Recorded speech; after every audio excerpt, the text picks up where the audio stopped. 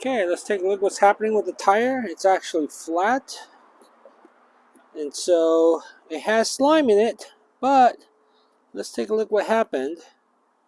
And so what you see here is there's a gash in the side of the tire, and so the slime was not able to patch that, so the tire went flat. So now we're gonna have to fix this. Hello and welcome to Random Things. This is Ty, and as you saw in the intro video, I ended up getting a gash on the side of my tire, which the gash went through the inner tube, and it was too big for the slime that's inside the inner tube to repair itself. And so now I'm going to have to replace the tire and the inner tube. But as I do that, I'm going to try to make it a little bit more safe for me to ride out on the road.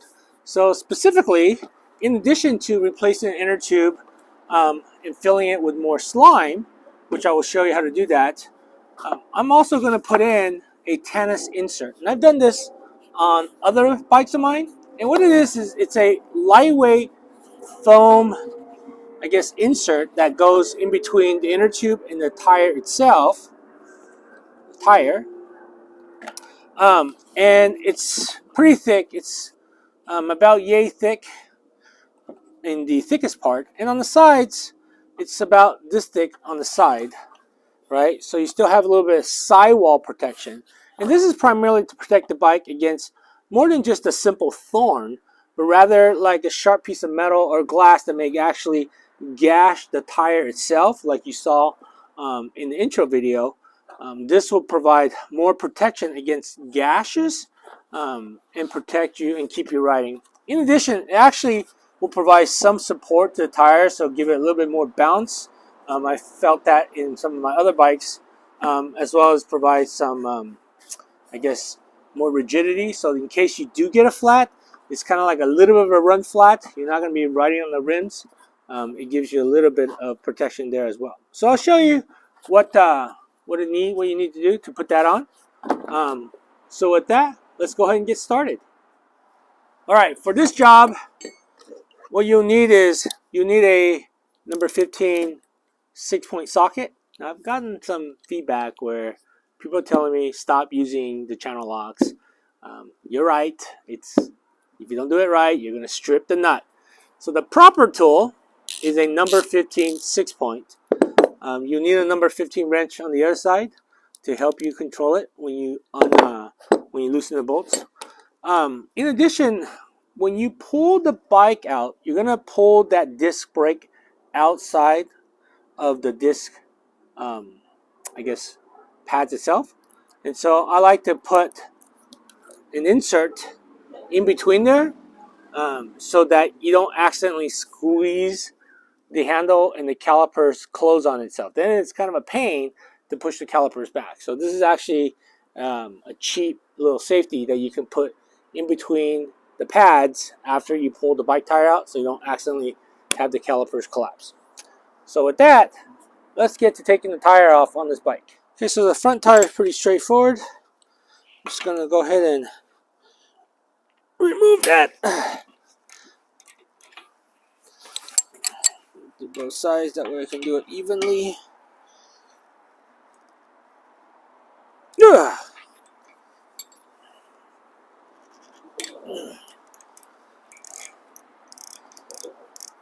So yes, if you use a 6-point, it is definitely a lot better than using the crescent wrench or the channel locks. Okay.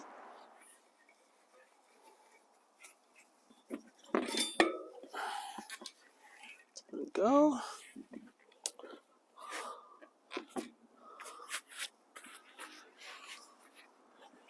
So let me just kind of show you what I'm going to do to insert this.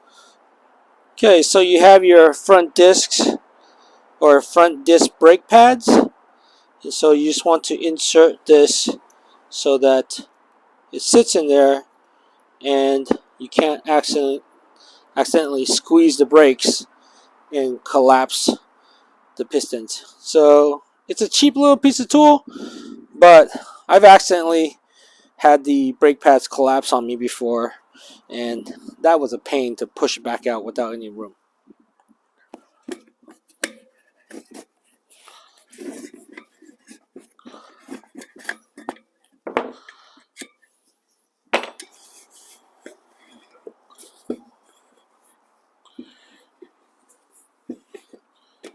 So there's the gash mark right there. So that's obviously way too big for the slime to seal itself. But the good news is there is slime in there, as you can see, right? So these are replacement tires I got on Amazon. They're Hycline, Hycline, 20 by 4.0. So these are 30 TPI, so 30 threads per inch, and you can get 60 TPI. From what I can see, though, is 30 TPI is fine. What it stands for is threads per inch, and the lower threads per inch, it actually has more rubber, less threads. The more threads allows you to inflate it to a higher pressure. But this actually has, the lower TPI actually has more rubber, so it's actually more road resistant. And so I just went with the 30 TPI. They're on sale right now for a little over 30 bucks each. So can't beat that. So I'm going to go ahead and replace the tire. You want to keep in mind that there is a proper rotation, right? And so it's based on how the tire tread design is. And so when you put the tire back on the wheel, the rim, you want to pay attention to that tire rotation. So we'll go ahead and take the old one off and put the new one on. And since I'm doing the front tire, I'm going to go ahead and change the back tire as well. If you've seen my earlier video, you can see that there was much more wear in the back tire than there was in the front tire. And originally I was just going to swap the two, but since I got a big old gash on the sidewall, and just like a car, when you damage the sidewall, you really don't want to try to keep riding on it.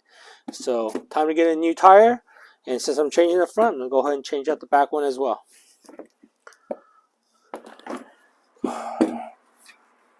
Okay, when you put the tire on, you have to pay attention to the rotation. Okay, and so since I forgot to take a look at the rotation before I took it off, I'm going to use this tire as a reference.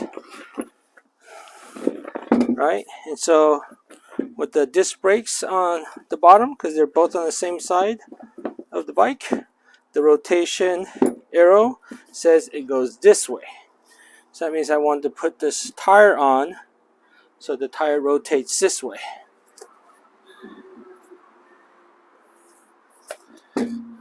Right, so let's get that in there. Let's get the first bead in there. Alright, move this to the side so that I can now put the insert in.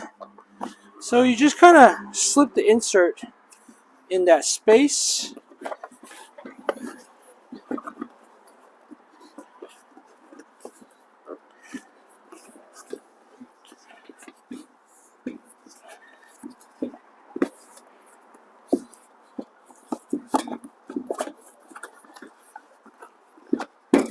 Right, and get that first bead inside lip under the wheel. Okay, and now to slip the inner tube in. What you do is, when you buy slime, it actually comes with a tool. It looks like a cap, but what it is a little tool right there that actually allows you to remove the stem in the inner tube. Right? So you actually just place this plastic piece in there, and you can then actually remove the stem, and that's the stem. Right, keep that safe on the side. I'm going to go ahead and remove the stem since I'm going to need to do that anyway to put the slime in there, but this will allow me to flatten the tube and get the air out of the tube, which will make it a little easier for me to install. Here we have the stem off, so let's go ahead and put the tubing in. Slide that. Oh, so you do want to hold that stem when you slide this tube on. Okay, so according to the table here, it says 4 pumps for a bicycle, 8 pumps for a motorcycle. So I'm going to go with 4 pumps for a bicycle. Maybe 5 just for good measures. So let's get that slime to the entrance. Okay, here we go. 1, 2, 3, 4. I just give it 5 for one good measure since it's such a fat tire, right? Okay, so I will kind of have the stem this way. That way I can put the valve back in and not have that any fiberglass kind of in the way. Let's see, so I can get a good seal.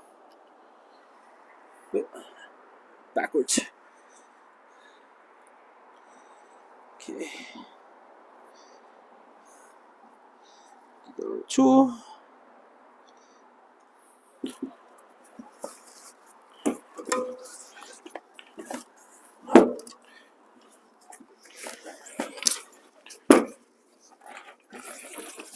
Okay, so the existing tube that's in the Lectric is a 20 by 4 to 4.9. That's a little big for the sitting in the insert.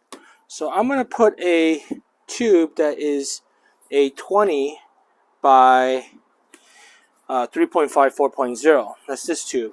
But when you order the Tannus Armor insert, they will actually have an option for you to actually buy a inner tube to go with your insert, and they're actually really reasonably priced. And so I did buy a couple.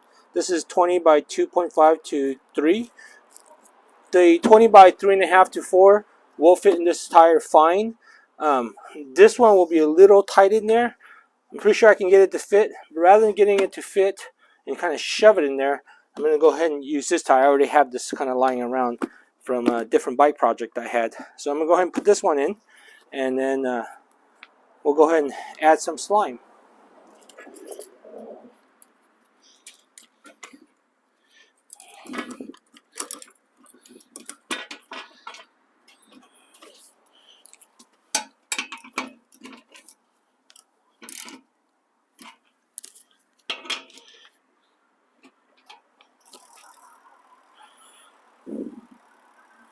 Okay.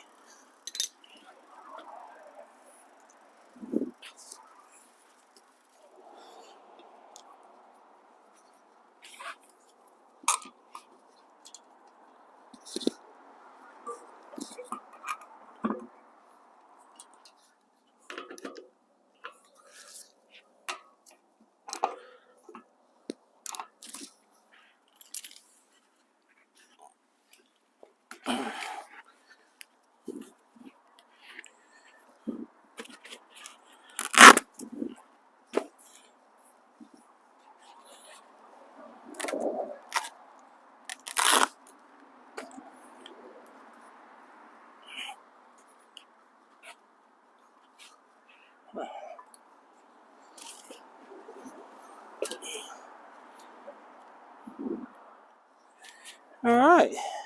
Tires are back on.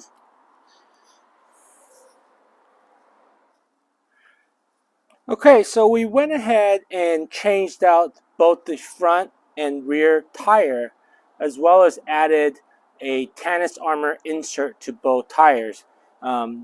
This will add to the road protection when I'm riding this bike back and forth. I already have 1,500 miles on the bike, but with the inserts, I feel more comfortable because there is quite a bit of debris on the road. If you're not careful, you're liable to get your tires slashed by some piece of metal or a large piece of glass. And so the armor inserts really kind of add to that overall sense of safety for me. And I think it's really worth the money. And it's about $50 a tire for the insert. But again, for that peace of mind, doing things in the house, in the garage, that's convenient, no big deal, changing tires, replacing a flat. But out there, where you're in the middle of nowhere sometimes, or there's traffic zipping by you, it's not fun to be doing roadside repairs. So any little thing that you can do to kind of help prevent that, I think is a worthwhile endeavor. So with that, I hope you found this video helpful. If you did, please hit the like and share button. If you're not a subscriber, please subscribe. That really helped me out. And as always, thank you for watching, and I hope to see you on the next random video.